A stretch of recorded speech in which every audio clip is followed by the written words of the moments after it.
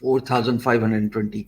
The reason why I'm showing you all this is because you guys need to understand one important thing. For you to become successful, 80%